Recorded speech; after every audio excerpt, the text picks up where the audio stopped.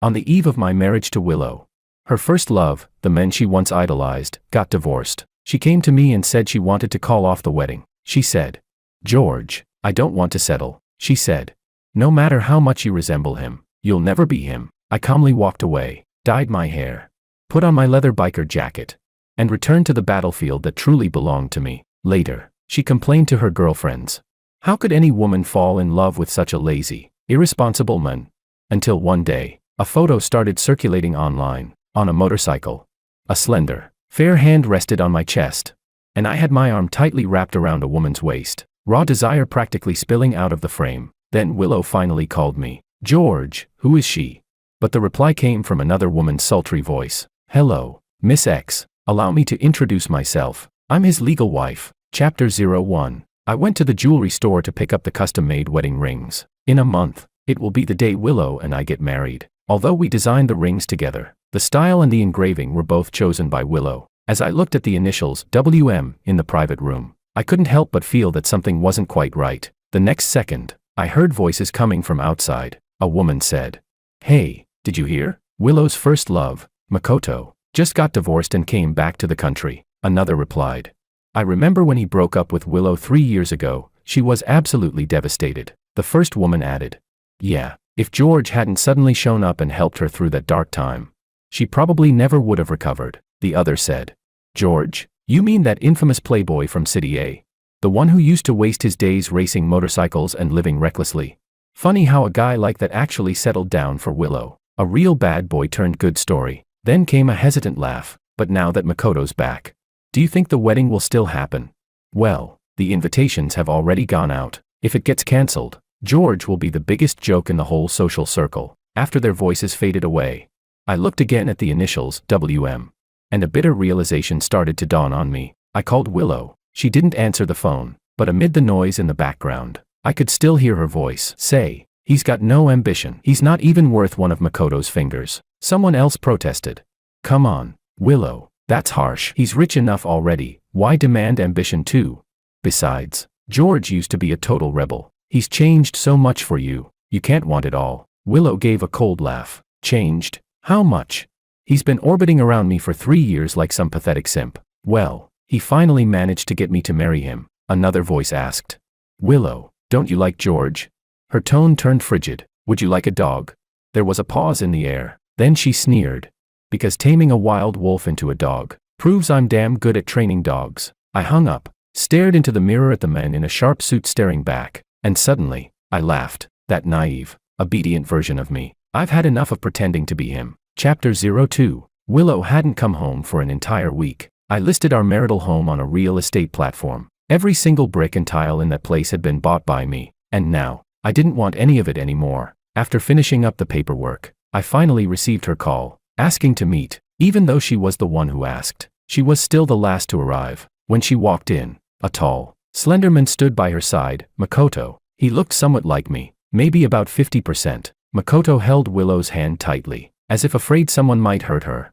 His entire posture screaming, "Protective boyfriend." The air instantly grew heavy. No one dared to speak. Everyone's eyes turned toward me. I stayed silent, glancing down at the red string bracelet on my wrist, its threads almost worn through. I tugged at the corner of my lips faintly. Finally, Willow walked up to me and said, "George, I'm not getting married." I lifted my eyelids and looked at her calmly. "You're calling off the wedding?" I asked, leaning against Makoto's chest. Her eyes filled with affection. She said softly, "Makoto's back. I don't want to settle anymore. No matter how much you resemble him, you'll never be him." She added, "Do you understand now? I don't love you." I nodded slightly. "Yeah." She looked at me, stunned, as if she hadn't expected me to take it so calmly. Then she said, "You know, this engagement was arranged by our parents. I loved Makoto for 5 years and waited for him for 3. Now that he's back, I don't have to keep wronging myself anymore." My patience was thinning. I frowned slightly and said, "Okay, you done?"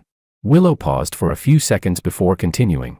"My family will handle our side of things. As for yours, you can deal with it yourself. The wedding's off." I replied, "Fine." Then I stood up and started walking toward the door. Just as I reached it, Willow suddenly called out, "George?" I turned around. She was still standing where she was, but I noticed her other hand, hanging by her side, was clenched tightly. I asked, "Something else?" She frowned. "Don't you have anything to say to me?" I thought for a moment. What I really wanted to say was, I envy you. Your true love came back to you. Mine never will. But all I said was, congratulations on your upcoming wedding. As I closed the door behind me, I heard voices from inside. No way. That's it. That's George's reaction. Willow, didn't you say he was crazy in love with you? He looks like he couldn't care less. Can you shut up already? Willow's annoyed voice cut through. I didn't look back. I should have known long ago. No matter how much Willow resembled her, she'd never truly be her. The real one would never have left me to fall into someone else's arms. Chapter 03. After walking out, I went into a barbershop. I got rid of the side part I'd kept for 3 years. When the sharp, golden hair appeared in the mirror, it felt like I was finally becoming myself again. Then, on my wrist, I had a new tattoo inked, Jene Recul Jamais, French, for I never retreat. Finally, I walked into a shop I hadn't stepped foot in for 3 years. David, bring my bike out. A shirtless mechanic came out from the back. He looked at me in shock, eyes reddening almost instantly. It took him a long moment to react before he stammered. George? I nodded. Yeah, it's me. He looked me up and down, still dazed. George, what are you doing here? My gaze fell on the 2 motorcycles parked in the most prominent spot. One white, one black. I smiled. They're still here, he said. George, I wipe them clean every day. They're as good as new. You could take either one out right now. Where do you want to go? Should I tell the guys? I shook my head. Just bring it out. I want to go for a ride alone. He nodded. All right. The moment I got on, that long-lost feeling surged back into me. It had been so long since I'd last ridden, almost as long as I stayed off the bike, I could pretend that summer never happened. I turned to glance at the other one, the white Kawasaki, and thought of her. David followed my gaze, his eyes reddening again. He said quietly, I've been waiting for Sister Anna too. Little White has been sitting here untouched. I kept it beside yours, thinking maybe one day they'd both hit the road again. Then he asked softly, George, it's been 3 years. If I manage to wait long enough for you to come back, do you think she'll come back too? I froze for a second. So it really had been 3 years, he said. Didn't they say if you listen to the clock that runs backwards 1,000 times, you'll see the one you miss? I've already done that. But Anna still hasn't come back. I turned my head away. My nose stung a little, but I still smiled and said, it's just something people say to comfort themselves. The dead can't come back to life. Then I started the engine. What David didn't know was that I'd already listened to that song 10,000 times. I rode all the way up to the mountain peak, looking down at the view below. I shouted into the night, Anna, I did everything you told me, settled down, started a career, so why haven't you come back? You said you'd show me how you look in a wedding dress, but in the end, I can't even see you anymore. Tears slid down my cheeks. I muttered, damn, the wind's so strong, it's getting in my eyes. On the empty mountaintop, the night stretched out into a sea of stars. The moonlight cast its soft, silvery glow across the land, making everything feel gentle again. Behind me, there was a faint rustling sound. I spun around sharply, but no one was there. It was only the sound of insects in the grass. Chapter 04. After calming myself down, I rode down the mountain, but suddenly, the white Kawasaki was gone. David. I jumped off the bike and shouted toward the shop. Where's the bike? Who took it? Then, behind me, a horn blared. My heart started pounding faster than it ever had before. I took a deep breath and slowly turned around. Under the dim streetlight, Anna leaned casually against the motorcycle, dressed in a black, skin-tight outfit. Her sharp, striking features just as wild and defiant as ever. She raised an eyebrow at me and said, so, how strong's that wind? Then she smirked, her tone teasing and bold. Try hard badass, tough mouth. Huh. Chapter 05. It felt like time had turned back to the very first time I met her. My parents had been fighting again, arguing because I refused to follow the rules. They beat me hard that day. All I did was tell them to stop tormenting each other and just get divorced already. Was that really so wrong? I ran away, trying to process everything alone. And then, suddenly, I heard a lazy, teasing voice behind me. Hey, pretty boy, crying out here by yourself. I turned away, irritation in my tone. Don't talk nonsense. The wind's too strong, it got in my eyes. She gave a small, amused smile. Try hard badass, tough mouth. Huh. Anna sat down next to me, resting her chin on one hand, and handed me a tissue. She said softly, being alone feels heavy, doesn't it? You don't know me, and I don't know you. So let me just be a quiet listener. That year, we were both 14. I didn't tell her what had happened, but she sat with me the entire afternoon. Later, I found out who she was, a student from the neighboring school. A troublemaker the teachers didn't like. A so-called delinquent girl. People whispered that she was a bastard child. One without a father since birth. Maybe it was fate. Slowly, we got to know each other. She introduced me to her friends. Shared their secret hideout with me.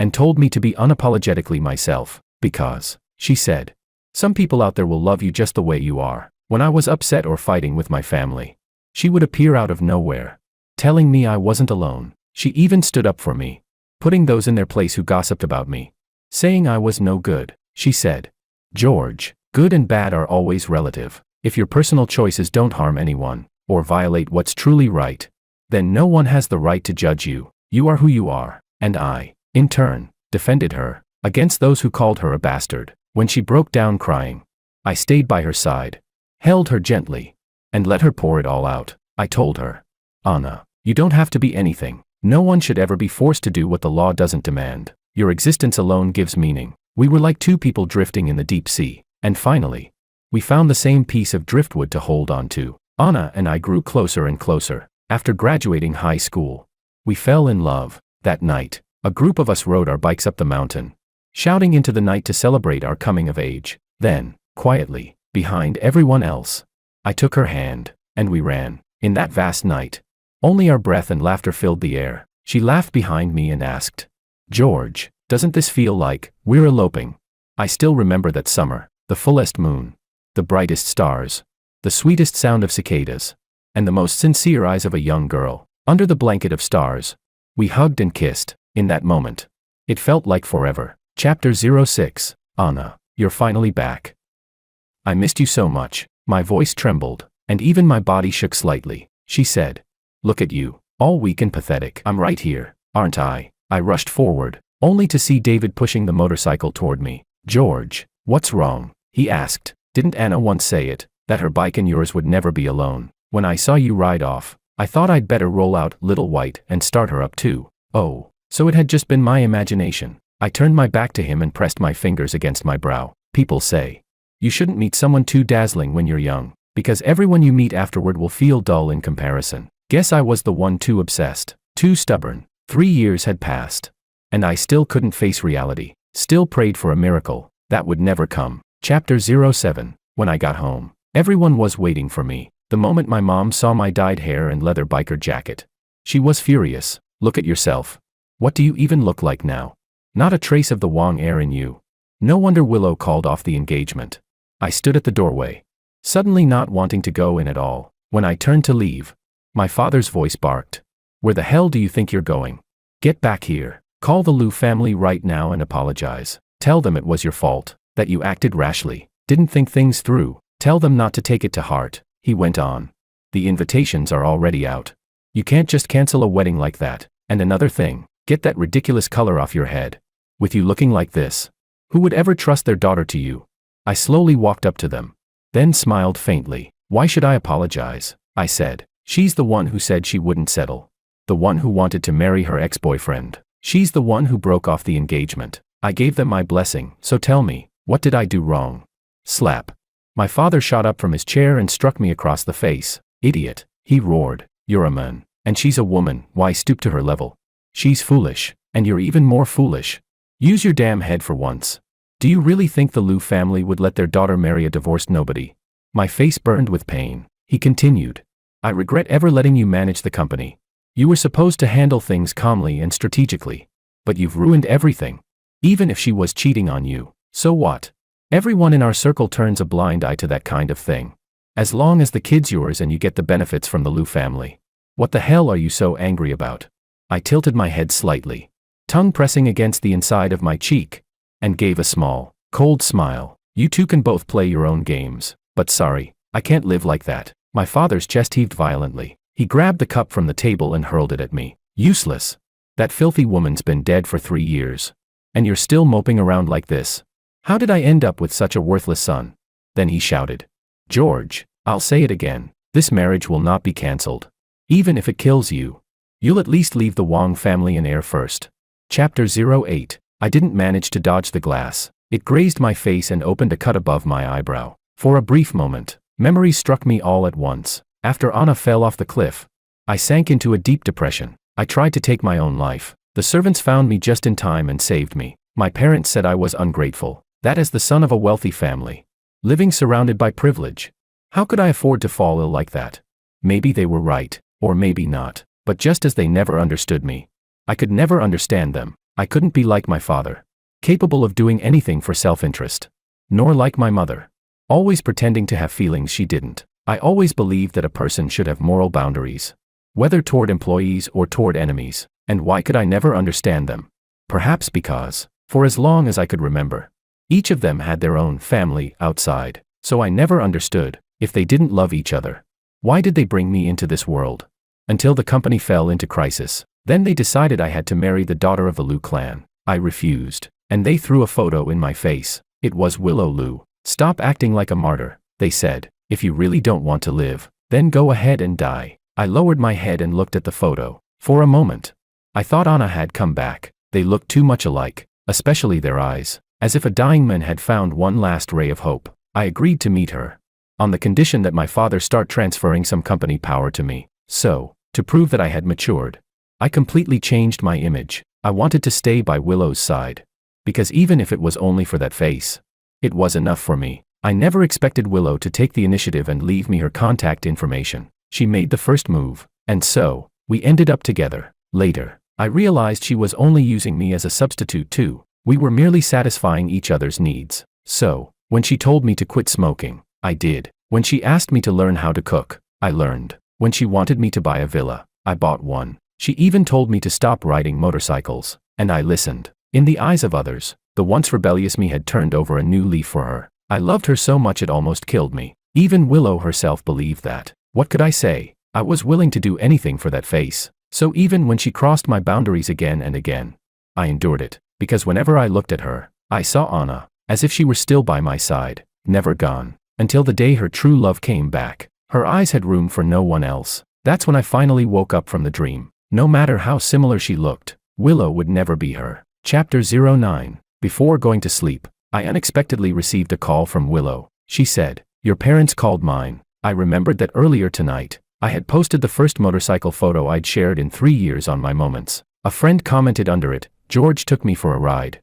Not long after, Willow replied to that comment. She wrote, "What kind of woman would even want to date such a man who's wasting his life like this?"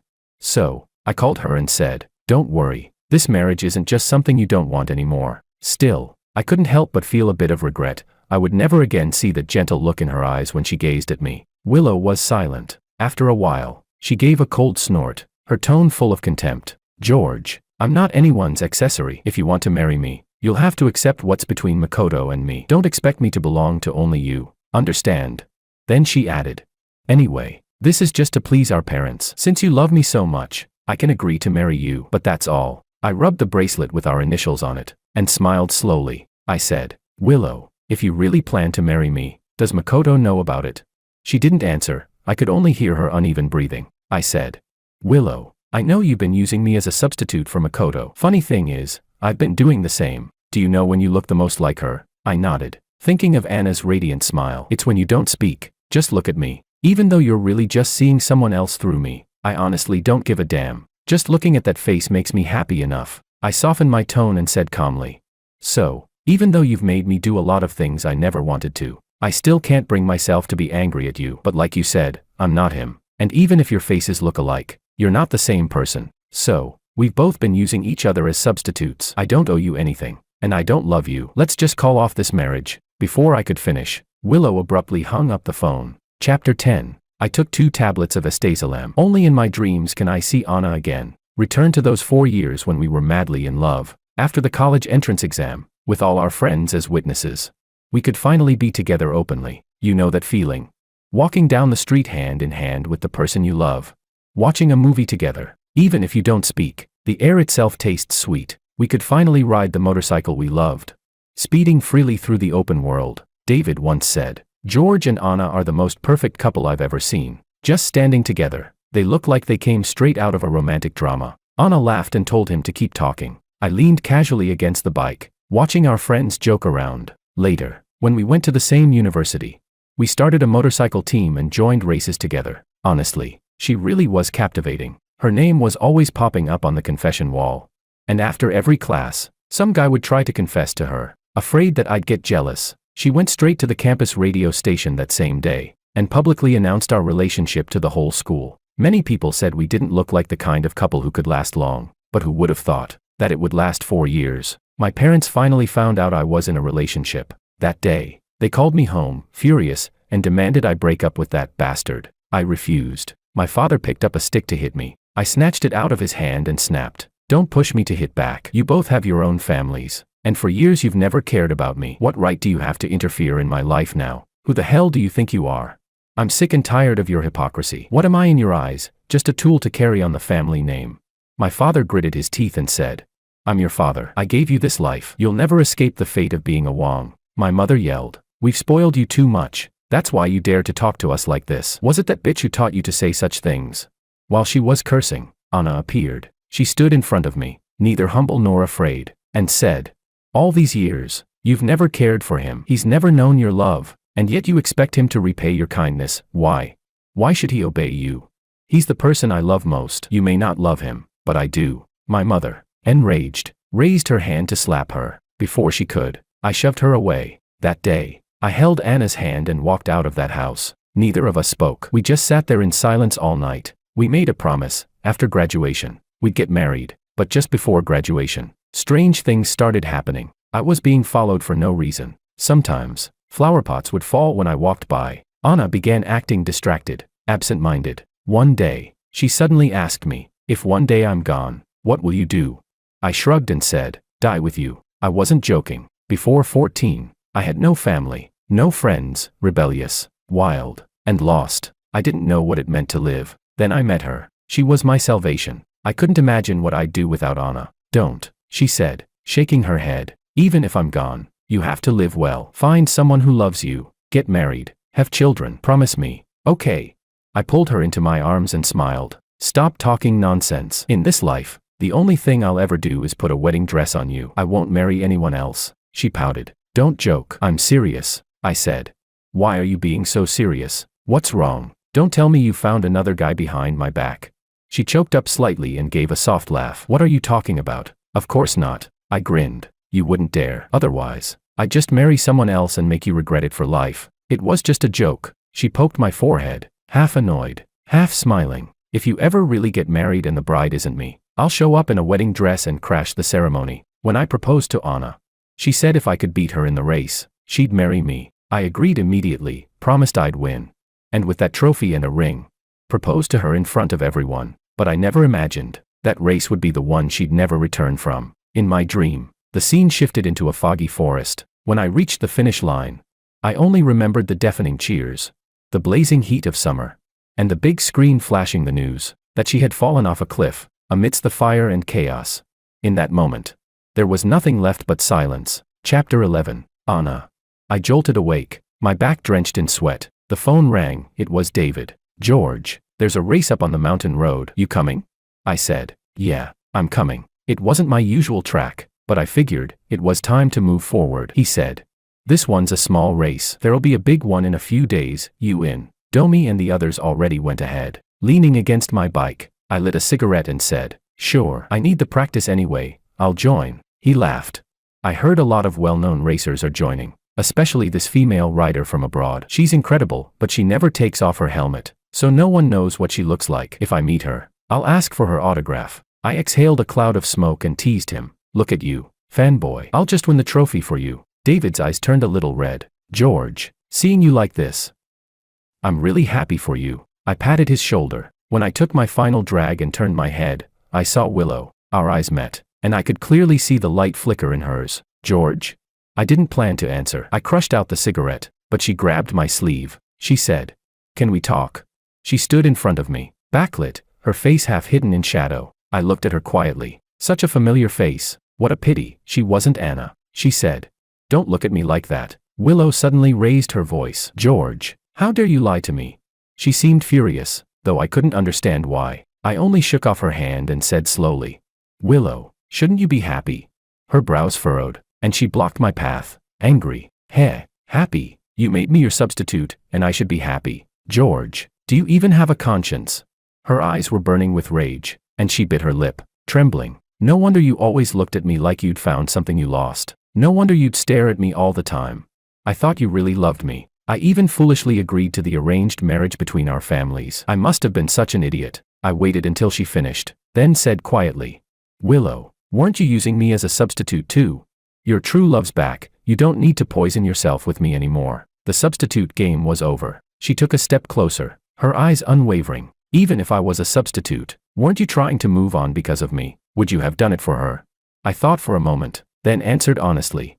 No. I remembered what Anna once said, if the bride isn't me, I'll show up in a wedding dress and crash your wedding. That was the last obsession I allowed myself to keep. Willow pressed her lips together. So you never liked me at all? I looked straight at her, calm and steady. You don't like me. I don't like you. Isn't that fair? She said. She stopped herself, biting down hard on her lip. Of course it's not fair. George, you're nothing but a dog at my side. There are 6 days left until the wedding. You'll regret this, I replied. I won't. Chapter 12. After packing my luggage, I boarded the flight to Shanghai. There were only 4 days left before the wedding. My parents still hadn't called it off. They were clinging to a sliver of hope that Willow and I might somehow make up. I looked down and touched the red string I'd worn for 7 years. I thought, once the race is over, I'll finally sever ties completely with that hollow family. I finally understood, some parents just don't love their children, and I'd made peace with that. David came to pick me up from the airport and took me to the hotel. He said, I heard that female racer is staying here too. Maybe we'll run into her. I chuckled. You her fanboy now? David scratched his head. I just think, some of her moves remind me of Anna. My heart skipped a beat, sensing the awkward silence. David quickly changed the subject. George, a lot of our old friends are joining this race too. They'll be thrilled to see you here. When we arrived at the track, I really did see many familiar faces. Most of them had been Anna's friends back in the day. They were people with rough pasts, pulled out of their darkness by her hand. Each of them finding a new purpose to chase in life. There, the white bike. David nudged me and pointed towards someone. They were a little far away, so I couldn't see clearly, but when I looked, coincidentally, that person turned their head too, the helmet glinting under the light. Strange. A wave of recognition hit me like lightning. My hands started to tremble.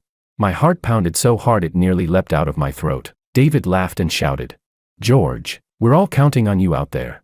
As the countdown for the race began, I locked my eyes on that white motorcycle. Suddenly, I remembered the race from 3 years ago, the one before everything fell apart. Before the start, Anna had said to me, if you can beat me, I'll marry you. And I had promised her, with all the confidence in the world, that I'd win the trophy and propose to her under the cheers of the crowd. The engines roared to life. David seemed to shout something at me, but I couldn't make it out. At that moment, I could only see one thing, that white blur ahead of me. I thought, I need an answer, no matter who she is. I have to see the face beneath that helmet. The timer hit 0. I shot forward like an arrow loosed from a bow, racing as if my life depended on it. Chapter 13. The wind roared past my ears, like 1,000 horses charging all at once. I pushed the throttle inch by inch to its limit. My fingertips went numb from the vibration, and even my breath carried the bitter taste of gasoline. The curve loomed ahead. The screech of rubber scraping asphalt sliced through my nerves. I leaned into it by instinct, tilting, cutting through the bend, accelerating out. In my eyes, there was only that flash of white ahead. Her taillight flickered once in front of me, and I closed the distance, chasing it relentlessly. Every heartbeat pulsed in rhythm with that red light. Time stretched thin, the world fading into gray and white. Only the roar of engines filling my ears. Just a little closer, a little more. I could almost hear the rush of blood pounding through my veins. On the final corner, she slowed. I didn't. In that instant, I didn't know whether I wanted to win, or just prove she was real. The checkered flag fluttered in the wind. I heard voices shouting in the distance. My tires left long black trails. The whole bike trembled beneath me. I stopped, the air inside my helmet burning hot. Victory tasted like gasoline and resurrection. Until I saw the screen, it showed I'd won. Champion. And the female racer. She had a foreign name. We followed the staff backstage. My jaw tightened as I stepped forward, blocking her path. I knew it was rude, but I had to see her. I asked if she could take off her helmet. She didn't move, just stood there, silent. Even her figure was so much like hers. My heart pounded so violently I thought it might burst. Finally, she spoke. I'm sorry. Sorry. In that moment, everything around me turned cold. So it wasn't her. Of course not. I remembered that summer, Anna asking me, if I'm gone one day, what will you do? And me, laughing, saying I'd die for her, but I hadn't. I lowered my head, my lips trembling uncontrollably. That was it, the last trace of hope gone. I turned to leave, but suddenly, someone grabbed my arm. I looked back, my gaze following from her fingers to the slender wrist, and saw it, a red string, frayed, faded.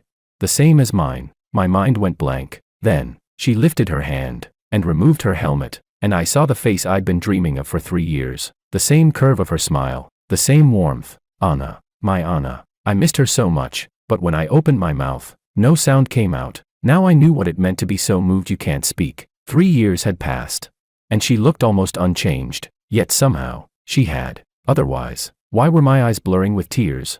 Under the golden lights, she stood glowing, a halo around her. She squinted at me, smiling. "Try hard, badass," she said playfully. "What? Pretending you don't know me now?" I couldn't hold it back anymore. I pulled her into my arms, cursing between my sobs. "Damn it, why did you take so long to come back?" She smiled faintly. "I heard the try-hard badass was getting married and the bride wasn't me. So of course," she said. "I came back to crash the wedding." She hooked her arms around my neck and kissed me, and I could hear it. That subtle tremor and choked breath, hidden inside her voice. Chapter 14. I held her, tightly, desperately, afraid that if I loosened my grip even a little, I'd wake up and realize this was all just a dream. I was so tired, so even if this was an illusion, let me stay asleep just a little longer. She bit her lip and whispered, "I'm sorry. I promised that if you beat me, I'd marry you, but I broke that promise for 3 years. Her eyes softened. "Do you blame me?" I shook my head. "No. How could I? As long as you came back. I don't need anything else. I just need you." That day, at the awards ceremony, I offered the trophy to Anna. As I looked at her, the woman before me overlapped with the girl from years ago. A proposal, 3 years late, and finally, a perfect ending. Chapter 15. That night, we turned all the longing of the past years into movement, again and again, claiming each other through sweat and tears. Even when we were completely exhausted, neither of us wanted to stop. In the end, she lay in my arms and finally began to tell me everything that had happened over the years. It was a dramatic story, almost absurd. The reason Anna and Willow looked so much alike was because they were truly sisters. Anna's mother had also been a rich young heiress who fell in love freely with Anna's father. But Willow's mother interfered, drugged Anna's father, got pregnant, and took her place. Unable to tolerate such betrayal, Anna's mother left, only to find herself pregnant as well. Later, when Willow's mother learned of their existence, she secretly used her power to suppress them. That pressure slowly turned Anna's mother bitter, filling her with a desire for revenge. So she controlled Anna, ordering her to go abroad to help her uncle's business and to strike against the Liu family. Anna refused, because of me. So Anna's mother targeted me instead. Suddenly, those inexplicable times I was followed made sense. Anna got scared. She begged her mother not to hurt me. But her mother, now completely consumed by obsession, gave her an ultimatum. Leave this place. So they staged a fake death. Anna was taken abroad. For 3 years, she barely slept more than a few hours a day. Just so she could see me sooner. Her voice trembled slightly as she said, "You have no idea how much I missed you." She told her story as if it were someone else's. How she struggled to prove herself. How she fought to break free from her mother's control. She hadn't dared to see me or contact me, afraid that doing so would endanger me. She finished her story in just a few dozen minutes. But I could feel how hard those years must have been for her. She held me tightly. And I held her even tighter, as if I could merge her into my very bones. Anna's voice trembled as she said, "Every time I missed you so much I thought I'd go insane. I'd stab my wrist with the tip of a pen and tell myself, hurry, hurry. George is still waiting for me. He said he'd win a trophy for me on the track. That he'd marry me. He's so stubborn, he'll wait for me forever." So I studied like crazy, bit by bit breaking free from her control, until I could finally stand before you again. Her tears dried and flowed again, as if she were releasing all the emotions she had buried for years. I gently caressed her face and pressed a soft kiss on her forehead. Then I said, "So, Anna, will you marry me?" Chapter 16. 3 days before the wedding, I took Anna to get our marriage certificate first. When the steel seal stamped down between our two faces in the photo, Anna began to cry even as she smiled. Through her sobs, she said, "I'm sorry. I'm so sorry. I came too late." I scrambled to wipe away her tears, cupping her face gently. I shook my head and said softly, "As long as the ending is you, it doesn't matter if you came late." At that same time, a photo suddenly began spreading around our circle. On a motorcycle, a slender, fair hand rested against the chest of a racing champion, and his arm was wrapped tightly around the woman's waist. The screen seemed to overflow with raw hormones. It was taken right after the race that day, by David and the others at the track. No one knew how the photo got out, but even people in our community had seen it. As soon as someone posted the photo in the group chat, it exploded with comments. Wait, doesn't that guy look exactly like George? No way, did George turn into this now? Could they be long-lost brothers or something? Then someone added, this actually looks like how George used to be. Another chimed in, that girl in the photo kinda looks like Willow. Wow. Since when did Willow start riding motorcycles? Someone else replied, that's not Willow, looks like some female rider from abroad. Gotta admit though, they look good together. Then another said, but didn't Willow just tell us yesterday that George would regret it before the wedding, that he'd come crawling back, begging her to marry him? Ha. Someone responded, so Willow really thought George would die without her. Turns out she was just the stand-in all along. While Anna was trying on her wedding dress in our bridal suite, I got a call from Willow. Her voice was cold. George, who is she? Anna took the phone from my hand. She looked up at me with a lazy, amused smile and said into the receiver, Miss Ex-Girlfriend, let me introduce myself. I'm his legal wife. Chapter 17. Anna and I met up with everyone on the mountain road. We rode our beloved bikes, racing all the way to the summit. Everyone was laughing and crying at once. From behind me, she held my hand tightly. It felt just like that summer when we were 18 again. I laughed and said, Anna, how about running away with me? Her eyes shimmered with tears. This time, she grabbed my hand. And together we ran through the summer night. Anna tiptoed and kissed the corner of my lips. But I turned the tables, grabbing her waist and pulling her into a deep, lingering kiss. That familiar softness, that wild passion, none of it could compare to the joy of finding each other again. It made up for our burning, reckless, romantic, shattered youth. A love that once had no ending. I don't know if what we had was redemption for each other. I only know that in every journey we take, love is the greatest, truest answer. Chapter 18. We partied half the night at David's shop and only fell asleep when dawn was breaking. When I woke up, everyone was sprawled across the floor in every possible position. I really liked this kind of atmosphere. I planned to step outside and feel the cool mountain air, but unexpectedly, I saw Willow. She was sitting under a telephone pole, looking utterly exhausted, dark circles under her eyes. I had no idea when she'd arrived, or how long she'd been there, or what she wanted. I didn't want to see her, but she got up and blocked my way before I could turn around. George, she said, let's get married. She pulled a household registration book from her coat.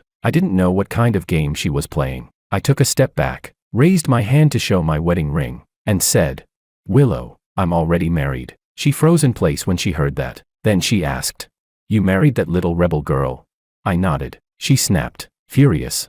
How can you marry anyone? You've only known her for a few days. Why can she? But I. She stopped mid-sentence, her tone softening. Looking at me quietly, she bit her lip and said, I haven't told my family to cancel the wedding yet. 2 days from now, let's just go through with it as planned. Okay.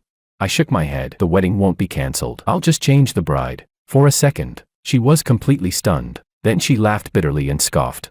If your wife finds out she's just a stand-in, she'll definitely divorce you. George, don't be stupid. I'm your best choice. Oh, Willow didn't know. Anna was the one I had loved all along. The next second, a woman's voice came from behind me. Don't worry, we won't be getting divorced. Anna walked up, wrapped her arm around mine, and tiptoed to press a kiss on my lips. Then she said calmly, because those who betray will go to hell. Staring at the face so similar to her own, Willow said nothing. She just turned and walked away, lost and broken. Chapter 19. 2 days before the wedding, Anna and I were busy editing the guest list, only inviting our closest friends, wanting this to be our wedding. We were both exhausted from the endless planning, when I unexpectedly got a call from Makoto. His voice on the other end was weak and pleading. Can you see Willow? She's been drinking so much she got a stomach ulcer. She's in the hospital. I frowned, confused. What does that have to do with me? Makoto sighed deeply. I used to think Willow was really still waiting for me. He continued. I thought when I came back, she'd finally choose me without hesitation. For a week, she stayed with me, but she kept looking at her phone. I knew she was waiting for your message. You never called her, not even once. So she came to see you and said she wanted to break off the engagement, just to provoke you, he said. But you walked away so calmly. You have no idea how insane she went after you left. That's when I realized, in this whole stand-in game, she'd actually fallen for you, he added quietly. When she found out you were with someone else, she even murmured your name in her sleep. I frowned and cut him off. I'm not interested in hearing this. I never had feelings for her, I said. Not once, I said. She's the same, just unwilling to accept that she lost control in this relationship. Then I hung up. Chapter 20. The day before the wedding, Wang Corporation and Su Corporation announced a high-profile joint acquisition of the Liu Group. Only then did everyone finally realize the Liu family had an illegitimate daughter living abroad all along, but instead of fighting for inheritance, she and her mother had joined forces for revenge. That day, everyone online was also buzzing about another thing: how much Anna Su looked like Willow. And at that exact moment, I announced that I would marry my first love from youth, the wedding set for the next day. That's when everyone connected the dots. The mysterious female racer was her. She was my love who had returned from the dead. My father was overjoyed, praising me for being farsighted. He said proudly, "You truly take after me, better than the master himself." But that very day, I brought Anna home and told them that from this moment on, I was cutting all ties with them. I'd never been able to do it before, kept tearing myself apart inside, because I thought they gave me life, because deep down, I still had illusions. I wanted their understanding, but coming into this world wasn't my choice, and since I'm already here, I'm my own person. When I was writhing in pain again and again, they stood at a distance, watching me drown in that dark ocean, never once reaching out to save me. If I can't have it, then I won't want it anymore. After all, not everyone in this world is born with family love. Learning to accept the absence of certain emotions, that too is part of growing up. When I left, my parents stood before me. For the first time, I saw panic on their faces, but that no longer had anything to do with me. Chapter 21, The Wedding Day. Anna wore the wedding gown I had prepared long ago. It fit her perfectly. She looked at me and asked, "How did you know I'd come back?" I pinched her cheek gently and smiled. "I didn't know if you would," I said, "but I reserved the meaning of your return." I wore the suit she had chosen for me. Gone was the reckless arrogance of my youth, replaced by calm maturity and quiet warmth. I wrapped my arms around her from behind. Looking into the mirror at our reflection, my eyes grew slightly red. This day, I had waited too long for it. Anna turned and kissed the corner of my lips. She teased softly, "Try hard, badass. How strong is the wind this time? Why are your eyes teary again?" That one line, it hit me right in the heart. I'd once imagined her saying that to me at the foot of the mountain, but it had only been an illusion then. Now that illusion had come true. What was lost had been found again. Heaven had been far too kind to me. I lowered my head and kissed her eyes, smiling as I said, "I was just thinking, there's someone who misses me. Someone who'll wait to see the spring rain, the summer wind, the autumn leaves, and the winter snow with me." So even when I was alone, I kept moving forward, fearless, because I believed that at the end of every cliff, the wild wind still blows, and the one I love will be there, waiting to say, "Hello, we meet again."